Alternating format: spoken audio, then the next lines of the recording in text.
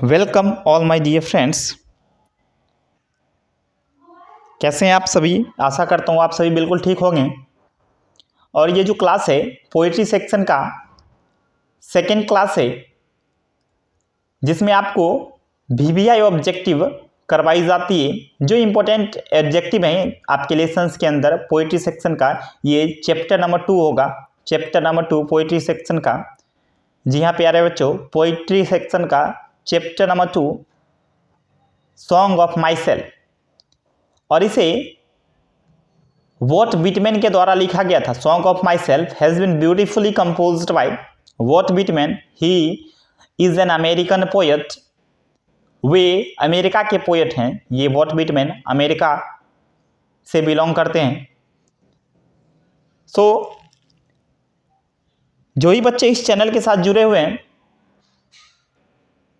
वो इस वीडियो को शेयर कीजिए ज़्यादा से ज़्यादा बच्चों तक, ताकि जो बच्चे अपना प्रिपरेशन करना चाहते हैं वो कर सके। ज़रूरतमंद बच्चों को ये वीडियो शेयर कर दीजिए, ताकि जो भी बच्चे जिनको इंग्लिश में परेशानी है, जो इंग्लिश पढ़ना चाहते हैं, वो इस चैनल के माध्यम से, इस वीडियो के माध्यम से अंग्रेजी सीखे, पढ़े और आगे बढ़े। सो माय डियर फ्रेंड्स, चलिए आइए चैप्टर को स्टार्ट करते हैं समय ना लेते हुए।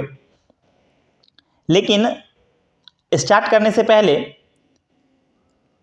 मैं एक चीज़ बताना चाहूँगा कि अगर आप मोबाइल चला रहे हैं, दैट मीन्स ये जो वीडियो होगा लगभग अप्रॉक्सीमेटली 20 मिनट्स की होगी, और लगातार 20 मिनट इस वीडियो को देखिए, ताकि आपको चीज़ें बेहतर तरीके से समझ आ जाए और किसी दूसरे क्लासेस को देखने की ज़रूरत ना पड़े। खास करके जो अभी मैं क्लास करा रहा हूँ आपको वीवीआई ऑब्जेक्टिव क्लास, उस क्लास के लिए। चलिए आइए स्टार्ट करते हैं आज के क्लास को। ये आपके सामने क्वेश्चन नंबर फर्स्ट है, और हर क्वेश्चन का एक्सप्लेनेशन हम समझेंगे, समझने की कोशिश करेंगे, और हर क्वेश्चन को बारी बारी डील करेंगे। क्वेश्चन नंबर फर्स्ट है आपके स्क्रीन के ऊपर, who composed the poem song of my self. देखिए क्वेश्चन बदल जाता है, क्वेश्चन पूछने का तरीका बदल जाता है, क्वेश्चन पूछने का लैंग्वेज बदल जाता है, इसलिए 2-3 इस तरह के क्वेश्चन में 2-3 क्वेश्चन मैंने एक ही साथ टाइप करी है।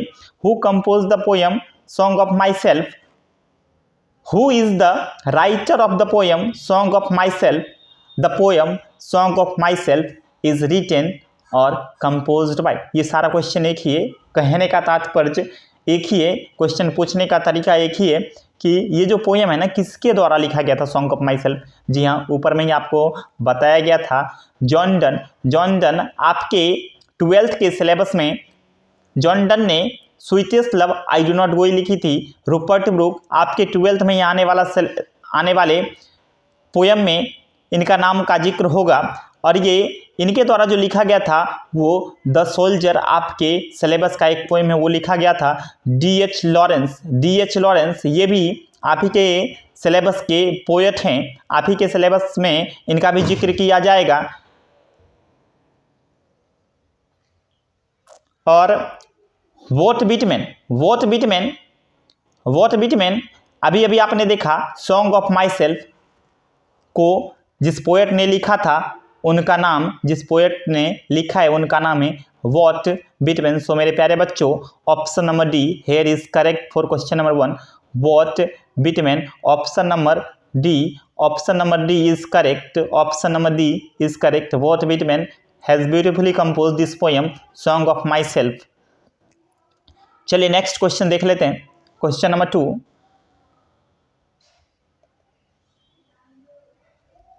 When was what Whitman born? या फिर क्वेश्चन ऐसे पूछा जाएगा, what Whitman was born in। What Whitman कहाँ जन्मे थे, सॉरी वॉट विटमैन कब जन्म लिए थे, इनका जन्म कब हुआ था। चलिए देख लेते हैं कि 31 मई 1919, ये 20वीं सदी के कभी नहीं थे, 20वीं सदी के कभी बिल्कुल नहीं थे, ये 19वीं सदी के कभी थे। 19वीं सदी के कवि थे। दैट मीन्स कि जो फर्स्ट ऑप्शन है ना वो कट है, फर्स्ट ऑप्शन होगा ही नहीं। ऑप्शन नंबर बी है 31 मई 1819, 31 मई 1819 और उसके बाद है 26 मार्च 1892, 26 मार्च 1892 एंड ऑप्शन नंबर डी है 13 जुलाई 1892। तो 31 मई को ही इनका जन्म हुआ था, कंफ्यूज नहीं करना, 31 मई को ही जन्म हुआ था और वो जो साल था 1819 को हुआ था। Option number B here is correct, option number B here is correct, option number B is correct for this question. Walt Whitman का जन्म 31 मई 1819 को हुई थी। चलिए मेरे प्यारे बच्चों, क्वेश्चन नंबर सेकंड का आंसर है 31 मई 1819। चलिए नेक्स्ट क्वेश्चन देखते हैं, क्या है next question. Question number 3, in the poem song of my self, the poet dash for himself. जो ये कविता है सॉन्ग ऑफ माई सेल्फ, इसमें कवि किसके लिए, मतलब the poet dash for himself, अपने लिए क्या कर रहे हैं, अपने लिए नाच कर रहे थे वहां पे। बिल्कुल आपने पोयम पढ़ा है, अपने लिए नाच कर रहे थे क्या? नहीं ना, बिल्कुल नहीं, अपने लिए नाच नहीं रहे थे। रो रहे थे क्या, चिल्ला रहे थे क्या? बिल्कुल नहीं, ये ऑप्शन भी कट। सिंग्स कर रहे थे, गाना गा रहे थे क्या? जी बिल्कुल हाँ मेरे प्यारे बच्चों, ना तो हंस रहे थे, ना तो रो रहे थे, ना तो नाच रहे थे, क्या कर रहे थे? गुनगुना रहे थे, गाना गा रहे थे। So there option number C is correct, option number C is correct, option number C is correct, option number C is correct for the question number 3। Option number C is correct मेरे प्यारे बच्चों। In the poem song of my self, the poet dash for himself, the poet sings for himself, the poet sings for himself। option number C is correct, option number C is correct, option number C is correct। चलिए आइए next question देख लेते हैं। Question number 4, what Whitman was dash poet, what Whitman was dash poet। चलिए option देख लेते हैं। पहले ऑप्शन से हम पकड़ना शुरू करेंगे कि ये इसका करेक्ट ऑप्शन क्या होगा। Option number A an Indian poet. Actually में नाम से ही पता चल रहा है ये तो इंडियन नहीं है, ये तो इंडियन नहीं है, सो इंडियन होगा ही नहीं। African poet, Walt Whitman African poet. जी नहीं, बिल्कुल नहीं है। अफ्रीका से लगभग बहुत कम पोएट हैं और ये जो आपके सिलेबस में है ना, जितने भी कविता लिखेगी उसमें कोई भी ऐसे पोएट नहीं है जो अफ्रीका से बिलोंग करते। कोई भी मेरे प्यारे बच्चों, कोई भी ऐसे पोएट नहीं है जो अफ्रीका से बिलोंग करते हैं। ऑप्शन सी है an American and option D है एन इंग्लिश। और ये जो पोएट है ना, ये बिल्कुल नेचर्स लव है, नेचर्स प्रकृति के प्रति आगाध प्रेम है इसका। और ये जो लगभग जितने भी इंग्लिश पोएट है ना, वो या तो मातृभूमि से या फिर मोहब्बत या फिर प्यार, इस चीज़ों के ऊपर ज़्यादा लिखने में विश्वास रखते हैं। लेकिन ये अमेरिकन पोएट हैं मेरे प्यारे बच्चों, इंग्लिश पोएट भी नहीं है, ये अमेरिकन पोएट हैं। Option number C is correct, option number C is correct for the question number 4। Walt Whitman was an American poet, an American poet, Walt Whitman was an American poet, Walt Whitman was an American poet. चलिए next question देख लेते हैं। आशा करते हैं कि आप लोग बड़े अच्छे से समझ रहे होंगे।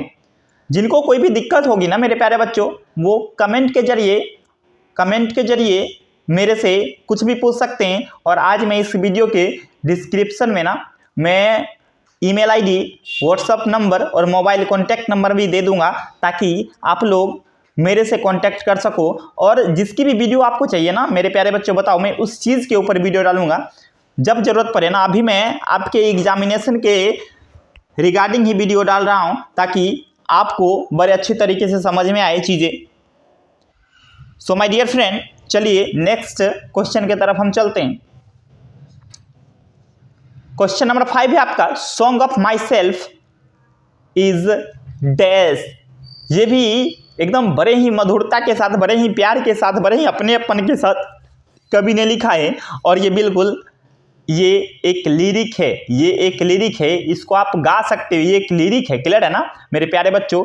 ये एपिक नहीं है, ना तो सोनेट है, ना तो बल्लाद है, कुछ नहीं है, ये लिरिक है मेरे प्यारे बच्चों, लिरिक है। Song of my self is lyric, song of my self is a lyric. So here is option number A is correct for this question, song of my self is lyric. चलिए next question देखते हैं। According to the poem Song of Myself, the speaker is a great lover of। इस poem के में जो ये poem लिखा गया है, इस पोयम के अनुसार सॉन्ग ऑफ माई सेल्फ ये एक कविता है। द स्पीकर इज इस पोयम में जो स्पीकर है ना, क्या दिखा रहे हैं? Speaker is a great lover of, किस चीज के ये बहुत बड़े मतलब प्रेमी हैं, किस चीज से इनको बेइंतहा मोहब्बत है। ये बिल्कुल मेरे प्यारे बच्चों ये अपने बिलव्ड के बारे में इस पोएम में जिक्र नहीं किए, आर्ट्स के बारे में जिक्र नहीं किया, एनिमल्स के बारे में जिक्र नहीं किया, इन्होंने क्या किया है? नेचर एंड नेचुरल ब्यूटी का जिक्र किया है। So there is option number C is correct, option number C is correct for the question number 6। According to the poem song of my self, the speaker is a great lover of nature, the speaker is a great lover of nature. So my dear friend, question number 6 का जो answer होगा option number C होगा। आइए समझने की कोशिश कीजिए with the logic, रट्टा नहीं मारना मेरे प्यारे बच्चों, देख के ही बता देना। एक्चुअली में ये जो पोएम है ना, ये बिल्कुल नेचर के ऊपर बेस्ड पोएम है। In the poem, sorry question number 7, in this poem Walt Whitman is dash years old. अब ये जो पोएम है ना, वॉट विटमैन के द्वारा लिखा गया था, और जब इस पोएम को वॉट विटमैन लिख रहे थे उस समय पे इनकी एज क्या है? उस समय कवि पोएम में जिक्र कर रहे थे now I am 37 years old, now I am 37 years old. So option number A is correct, 37 years old. Option number A is correct, option number A is correct मेरे प्यारे बच्चों, 37 ईयर्स ओल्ड थे जिस समय ये लिखा जा रहा था। चलिए नेक्स्ट क्वेश्चन देखते हैं। The line I celebrate my self and Singh my self is taken from. अब ये मतलब शुरुआती लाइन है आई सेलिब्रेट, स्टार्टिंग जो लाइन है ना वो है आई celebrate my self and Singh my self. मैं खुद के लिए ही गाता हूँ और खुद के लिए, खुद से ही खुशियाँ मनाता हूँ और खुद के लिए ही गाता हूँ, खुद से ही गाता हूँ। मुझे खुशियाँ मनाने के लिए ना किसी दूसरे की आवश्यकता नहीं होती, किसी दूसरे या फिर किसी दूसरे साधनों की आवश्यकता नहीं होती। मैं मेरी खुशियाँ खुद से मनाता हूँ और खुद ही गाता हूँ। ऐसा जो इसमें बात करी गई ना, ये जो लाइन लिखा गया है, ये कहाँ से लिया गया, किस पोएम से लिया गया है? Option number A the soldier से लिया गया क्या? बिल्कुल नहीं, अभी तक पढ़ा नहीं इसको सर। ये जो ऊपर में ही आपको दिख रहा होगा सॉन्ग ऑफ माई सेल्फ का है, लेकिन वहाँ पे आपको ये लिखा नहीं रहेगा, इसलिए देखना है कि कभी सॉन्ग ऑफ माई सेल्फ है, और जब भी माई सेल्फ अगर रिपीट हो जाए ना आपके क्वेश्चन में, समझ जाइएगा कि ये सॉन्ग ऑफ माई सेल्फ का ही लाइन है। चलिए मेरे प्यारे बच्चों, सॉन्ग ऑफ माई सेल्फ, ऊपर में माई सेल्फ है, अब देख रहे हो ऑप्शन में कहाँ पे माई सेल्फ है। चलिए option number B song of my self is correct here. Option number B is the correct answer for the question number 8। Option number B is the correct answer for the question number 8। चलिए next question देखते हैं। Question number 9 है the word school stands for dash in the poem song of my self. ये जो word है ना, ये लिखा गया है कि स्कूल, एक पोएम में एक शब्द का जिक्र हुआ है स्कूल, इसका मतलब क्या है? इस सॉन्ग ऑफ माई सेल्फ में इसका मतलब क्या है? स्कूल से हम क्या समझते हैं? स्कूल देखिए एक टीचिंग इंस्टीट्यूट होता है, बिल्कुल होता है, क्लियर है ना, होता है टीचिंग इंस्टीट्यूट, एकेडमी होता है जी बिल्कुल होता है, सिस्टम ऑफ थॉट, जी हाँ बिल्कुल होता है, ये तीनों होता है। लेकिन इस पोएम में कवि ने किस चीज का जिक्र किया है? इस पोएम में कवि ने सोच के बारे में बातें करी है, वहां के लोगों के सोच के बारे में बातें करी है। इसलिए यहाँ पे जो आंसर होगा ना C, option number C system of thought, option number C system of thought मेरे प्यारे बच्चों। क्वेश्चन नंबर 9 का जो आंसर होगा ना वो ऑप्शन नंबर सी होगा, सिस्टम ऑफ थॉट। चलिए नेक्स्ट क्वेश्चन देख लेते हैं। क्वेश्चन नंबर 10 है Walt Whitman worked as a volunteer nurse in dash. अब जरा सा एक यहाँ पे वर्ड इस्तेमाल हुआ है मेरे प्यारे बच्चों, बड़े ध्यान से देखिएगा। वॉलंटियर, वॉलंटियर का मतलब क्या होता है? वॉलंटियर का मतलब होता है कि कोई बिना मतलब पैसे लिए हुए किसी के लिए जब काम करता है ना, वो एज अ वॉलंटियर काम करता है। जैसे कि आपके घर में कोई आपकी माता जी है ना, कि आपके लिए दिन भर काम करती है और उसके बदले में पैसा नहीं लेते, दैट मीन्स वो वॉलंटियर है। वो वॉलंटियर है। कोई आपके आगे पीछे घूमता है, वो आपसे पैसे नहीं लेता है ना, दैट मीन्स वो आपका वॉलंटियर है। दैट मीन्स जो बिना मतलब पैसे लिए, बिना मतलब लोभ के कोई काम जब करता है कोई व्यक्ति, तो सच में वो वॉलंटियर होता है। अभी कोविड हुई थी ना, वहाँ पे लोगों ने, बहुत सारे लोगों ने आगे आके अपने अपने वो योगदान दिए। वो सारे एक वॉलंटियर की तरह काम कर रहे थे। ये कोविड-19 वॉलंटियर थे ये सारे थे। यहाँ पे वॉलंटियर का जिक्र किया गया है। जिस समय सेकेंड वर्ल्ड वॉर चल रही थी ना, उस समय ये जो कवि थे ना, अपने आप को एज अ वॉलंटियर नर्स वहाँ पे वर्क कर रहे थे। दैट मीन्स ये जो option number C here is correct. Second world war के दौरान ये एक वॉलंटियर थे। Option number C is correct. Second world war के दौरान एक वॉलंटियर के रूप में ये काम कर रहे थे, वॉलंटियर नर्स, सॉरी। चलिए नेक्स्ट क्वेश्चन देख लेते हैं। Question number 11 the opening section of song of my self is entitled. जो song of my self poem है, उसका जो शुरुआती लाइन है ना, जो ओपनिंग सेक्शन है, मतलब शुरू का जो लाइन है ना, पहली लाइन है, वो क्या है? किस चीज़ से शुरू की गई है? एनिमल के से शुरू की गई? जी नहीं, बिल्कुल मेरे प्यारे बच्चों, एनिमल से नहीं शुरू करी गई है। ग्रास से शुरू करी गई? बिल्कुल नहीं मेरे प्यारे बच्चों। लव से शुरू करी गई? बिल्कुल नहीं शुरू करी गई है लव से। आई सेलिब्रेट माई सेल्फ से शुरू करी गई है। And sing for my self, ऐसा है उसमें line, I celebrate my self and sing for my self. तो option number B here is correct for the question number 11। Option number B is correct here. चलिए next question देख लेते हैं। Question number 12 what does the poet observe in summer. जब poet वहां पे लेटे होते हैं ना, तो जब वो लेटे होते हैं ना उस समर मतलब ग्रीष्म ऋतु के दौरान, जब वो जो समय था वो ग्रीष्म का समय था, ग्रीष्म ऋतु का समय था, जब वो नीचे लेटे होते हैं ना घास पे, तो वो क्या देखते हैं कि मतलब नुकीले नुकीले घास होते हैं जो उनको चुभ रहे होते हैं, नुकीले नुकीले घास होते हैं जो उनको चुभ रहे होते हैं। दैट मीन्स वो जो ग्रीन फील्ड, तो उस पे तो लेटे ही होते हैं, लेकिन देखते क्या, ऑब्जर्व क्या करते हैं वहाँ पे, उस ग्रीन फील्ड पे ऑब्जर्व क्या करते हैं, जो ग्रीन फील्ड के जो घास सूख चुके थे ना, उसमें वो जो घास सूख के क्या हो गया था, उसमें नोक हो गया था। दैट मीन्स वो चुभ रहे थे। दैट मीन्स नुकीला चीज के लिए हम क्या इस्तेमाल करते हैं? बिल्कुल मेरे प्यारे बच्चों, स्पाइक इस्तेमाल करते हैं। दैट मीन्स वो घास के स्पाइक थे, ग्रास के स्पाइक थे। That means spike of grass. Option number C here is correct. Option number C here is correct. चलिए मेरे प्यारे बच्चों, ऑप्शन नंबर सी इसका होगा what does the poet observe in summer, spike of grass, यही observe कर रहे थे। चलिए नेक्स्ट क्वेश्चन देखते हैं। क्वेश्चन नंबर 13 है ये, who is the speaker in this poem. इस कविता के लेखक कौन है, स्पीकर कौन है, वक्ता कौन है, इस कविता में कौन बोल रहा है? क्लियर है ना?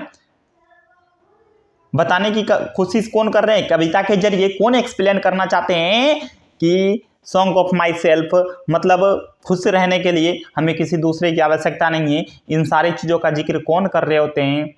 ये उसमें क्या एक खूबसूरत जवान लड़की कर रही होती है? जी बिल्कुल नहीं मेरे प्यारे बच्चों, खूबसूरत जवान लड़की नहीं कर रही होती है, द पोएट हिमसेल्फ। ऐसा ही क्या? जी हाँ मेरे प्यारे बच्चों, द पोएट हिमसेल्फ, पोएट खुद ही जिक्र कर रहे होते हैं। Who is the speaker in this poem, poet खुद ही इस पोएम के स्पीकर हैं। यहाँ पे दूसरे के बारे में कभी नहीं बता रहे हैं। स्पीकर यहाँ पे कोई दूसरा नहीं, कभी खुद ही इस पोएम के स्पीकर हैं। चलिए तो क्वेश्चन नंबर 13 के लिए जो आंसर आपका होगा option number B, the poet himself. Question number 14 the line hoping to cease not till death, बड़े अच्छे से समझिएगा। Hoping to cease not till death is taken from, जो लाइन है ना hoping to cease not till death, that means कवि क्या कहना चाह रहे हैं कि hoping to cease not till death, कि मैं आशा करता हूं कि जब भी मैं मरूं तो मेरे मरने तक मैं फिट रहूं। मैं ऐसा आशा कर रहा हूं कि मैं जब तक मरूंगा नहीं ना तब तक मैं बिल्कुल तंदुरुस्त रहूंगा, मैं बिल्कुल फिट रहूंगा, क्योंकि मैं किसी चीज का स्ट्रेस नहीं ले रहा। ऐसा कभी इस चीज़ों का जिक्र कर रहे थे, मैं किसी चीज़ का स्ट्रेस नहीं लेता, कि मैं दुनिया में उन सारी तमाम चीज़ों के बारे में सोचता ही नहीं जो मुझे हैरान करे, जो मुझे परेशान करे। दैट मीन्स मैं खुद के बारे में सोचता हूं और खुद को बेहतर बनाने के लिए सोचता हूं। मुझे खुशियां मनाने के लिए भी नहीं, इवन खुशियां मनाने के लिए भी किसी दूसरे इंसान या फिर किसी दूसरे साधनों की जरूरत नहीं पड़ती। इसलिए कभी कह रहे हैं कि मृत्यु तो हर किसी को एक दिन निश्चित ही आना है, लेकिन जब भी मैं मरूंगा ना तो मैं पूरे फिट रहूंगा, ऐसा इनका मानना है। ये जो लाइन लिया गया है ना, ये बिल्कुल सॉन्ग ऑफ माई सेल्फ से लिया गया मेरे प्यारे बच्चों। द सोल्जर से नहीं लिया गया, माई ग्रैंड मदर हाउस से नहीं लिया गया, फायर हिम से नहीं लिया गया, ये सॉन्ग ऑफ माई सेल्फ से लिया गया। So here is option number D is correct for the question number 14। चलिए नेक्स्ट क्वेश्चन देख लेते हैं। क्वेश्चन नंबर 15 है आपका, which poetic device is used in the poem song of my self. अब पोएटिक डिवाइस क्या होता है? जो उस कवि के पोएटिक डिवाइस हम उसको कहते हैं जो उस कविता के अंदर बार बार रिपीट होते हैं। कविता के अंदर जो लिखा जाता है ना, वो पोएटिक डिवाइस के ही हेल्प से लिखा जाता है। दैट मीन्स इसमें मेटाफर का इस्तेमाल किया गया, अलिट्रेशन का इस्तेमाल किया गया, सिमले का इस्तेमाल किया गया। जी हाँ बिल्कुल, मेटाफर का भी इस्तेमाल, क्योंकि कभी तुलना कर रहे होते हैं, कभी तुलना कर रहे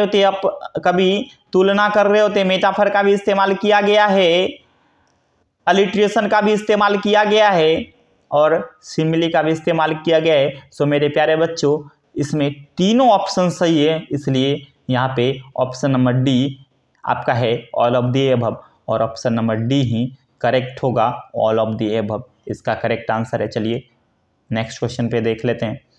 क्वेश्चन नंबर 16 है आपका, leaves of grass a collection of poetry. Leaves of glass a collection of poetry, leaves of glass है ये वॉट विटमैन का ही एक मतलब पोइट्री का कलेक्शन है। Known for its rhymes is written by, ये इस अपने राइम्स के लिए विख्यात है, प्रसिद्ध है, जाना जाता है। इसे वॉट विटमैन के द्वारा लिखा गया है। जी हाँ मेरे प्यारे बच्चों, option number C here is correct, option number C here is correct, Walt Whitman के द्वारा लिखा गया है। चलिए नेक्स्ट क्वेश्चन देख लेते हैं। What does the poet discard. Poet क्या इग्नोर कर रहे होते हैं, सॉरी पोएट क्या मतलब क्या डिस्कार्ड कर रहे होते हैं? ये बिलव्ड को डिस्कार्ड कर रहे होते हैं, जी नहीं। मदर को डिस्कार्ड कर रहे होते हैं, जी नहीं बिल्कुल। नेचर्स ब्यूटी को डिस्कार्ड कर रहे होते हैं, बयां कर रहे होते हैं, नेचर्स ब्यूटी की बारे में बात कर रहे होते हैं। चलिए option number C here is correct. Question number 18, who is known as the people's poet. किन्हें लोगों का कवि कहा जाता था? जी हाँ मेरे प्यारे बच्चों, लोगों का कवि कहा जाता था। आपने समरी में भी जाना होगा, पोएम के जरिए भी देखा होगा। लोगों का कवि वॉट विटमैन को कहा जाता था। Option number A is correct, option number A is correct, Walt Whitman को कहा जाता था लोगों का कवि। Option number A is correct here, option number A is correct here. Who is known as the people's poet, Walt Whitman is known as the people's poet. चलिए next question देख लेते हैं। Question number 19, who says every atom of blood is the same in all human beings. कौन कह रहे हैं कि every atom of blood is the same in all human beings? शरीर के खून का हर एक कतरा हर एक इंसान में एक ही रंग का होता है, एक ही समान पाया जाता है। मतलब जितने भी इस दुनिया के अंदर ह्यूमन बीइंग्स है ना, हर किसी के शरीर के अंदर खून का कतरा एक ही रंग का पाया जाता है, हर एक कतरा एक ही रंग का पाया जाता है। ये वॉट विटमैन के द्वारा बोला गया था। Option number B is correct here, option number B is correct here. मेरे प्यारे बच्चों ध्यान से देखिएगा, who says every atom of blood is the same in all human beings, Walt Whitman ने कहा था ऐसा। चलिए नेक्स्ट क्वेश्चन देख लेते हैं। क्वेश्चन नंबर 20 है, When was what Whitman diet. What Whitman की मृत्यु कब हुई थी? वॉट विटमैन की मृत्यु कब हुई थी? What Whitman was died in, या वॉट विटमैन कब मरे थे? वॉट विटमैन कब मरे थे? ये 26 मार्च 1891 में इनकी मृत्यु हो गई थी। 26 मार्च 1891 में इनकी मृत्यु हो गई थी मेरे प्यारे बच्चों। 26 मार्च 19:1 option number B here is correct, option number B here is correct, option number B बिल्कुल सही है। 26 मार्च 1891 को इनकी मृत्यु हो गई थी। सो ये थी आपकी 20 VVI ऑब्जेक्टिव, मतलब इसको आपने अच्छे से देखना है। और एक बार अगर आपने वीडियो को देखा होगा ना, मैं आशा और उम्मीद दोनों कर रहा हूँ कि आपको बड़े अच्छे से समझ में आई होगी। तो आप बने रहिए हमारे इस चैनल के साथ, इस तरह के वीडियोस मैं आपके लिए लाता रहूँगा और कोशिश करूँगा कि इससे बेहतर तरीके से मैं आपको समझाऊं। जितना मेरे से बेहतर हो सकेगा ना उतना मैं आपको समझाने की कोशिश करूंगा। आप सिर्फ इस चैनल को अपना प्यार देते रहिए, सपोर्ट करते रहिए, चैनल को ग्रो करने में मदद कीजिए, ताकि जितने भी ज़रूरतमंद बच्चे हैं उन सभी तक ये क्लासेस बड़े आसानी से पहुंच जाए। और कहते हैं ना कि जो बच्चा वास्तव में पढ़ना चाहता है ना, वो मतलब जो जैसा होता है ना वैसे को ढूंढ लेता है। जो बच्चा पढ़ना चाहता है ना तो एक्चुअली में वो ढूंढते ढूंढते पहुंच ही जाता है कि हमें अपना बेहतर कहाँ पे मिलेगा, हम किस टीचर से बेहतर पढ़ सकते हैं और किस जगह से हम अपना बेहतर तैयारी कर सकते हैं। सो आप बस शेयर कीजिए चैनल को, और जो बच्चे अभी तक भी सब्सक्राइब नहीं किए please subscribe our channel, like our videos and help us to grow. And इसी तरह देखते रहिए, अपना प्यार देते रहिए। बाकी फिर मिलेंगे नेक्स्ट क्लास में। Thank you so much.